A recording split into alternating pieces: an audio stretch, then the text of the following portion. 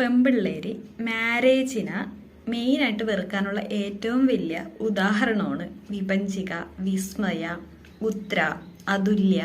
ഇതൊക്കെ കാണുമ്പോൾ സത്യം പറഞ്ഞ മാരേജ് വേണോ വേണ്ടയോ? കാരണം എന്ന് വെച്ചിട്ടുണ്ടെങ്കിൽ കല്യാണത്തിന് മുമ്പ് നമ്മളെ പൊന്നു പോലെ നോക്കിക്കോളാം, പട്ട് പോലെ നോക്കിക്കോളാം, സ്വർണം പോലെ നോക്കിക്കോളാം എന്നും പറഞ്ഞിട്ട് പല വാഗ്ദാനങ്ങൾ തരും. കല്യാണം കഴിഞ്ഞ് കഴിയുമ്പോൾ നമ്മളൊരു കൊടിച്ചിപ്പട്ടിയുടെ വില പോലും തരാത്ത ഫാമിലി ഉണ്ടാവും.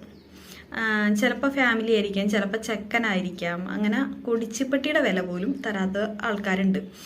അപ്പോൾ അതൊക്കെ വെച്ച് നോക്കുമ്പോൾ നമ്മൾ കല്യാണം കഴിഞ്ഞ് കഴിയുമ്പോൾ ചിലപ്പോൾ നമ്മൾ കല്യാണത്തിന് മുമ്പ് നമ്മൾ എന്തെങ്കിലുമൊക്കെ ആയിരിക്കും, പക്ഷെ കല്യാണത്തിന് ശേഷം നമ്മൾ ചിലപ്പോൾ ഒന്നും അല്ലാണ്ടായിത്തീരും. നമ്മളെന്താണ് ഒരു വില പോലും അവരൊന്നും അല്ലാണ്ട് നമ്മൾ ആക്കി അങ്ങേയറ്റത്തോളം അതിദയനീയമായ അവസ്ഥയിൽ അങ്ങേയറ്റത്തോളം നമ്മൾ ഒന്നും അല്ലാണ്ടാക്കി കളയും. അങ്ങനെയുള്ള ഫാമിലി ഉണ്ട്. ലാസ്റ്റ് എന്താണ് നമ്മളെ എങ്ങനെ കൊല്ലാക്കൊല ചെയ്യാൻ പറ്റുന്നുവോ അങ്ങേയറ്റത്തോളം കൊല്ലാക്കൊല ചെയ്യും. അങ്ങനത്തെ ഫാമിലി ഉണ്ട്, അങ്ങനത്തെ ഉള്ള ചെറുക്കന്മാരുണ്ട്.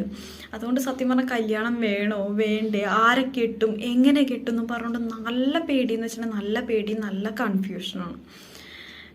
എന്താണെന്നാവോ ലോകമൊക്കെ ഇപ്പം ഇങ്ങനെ പോണേ, ഒന്നും പറയാനില്ല.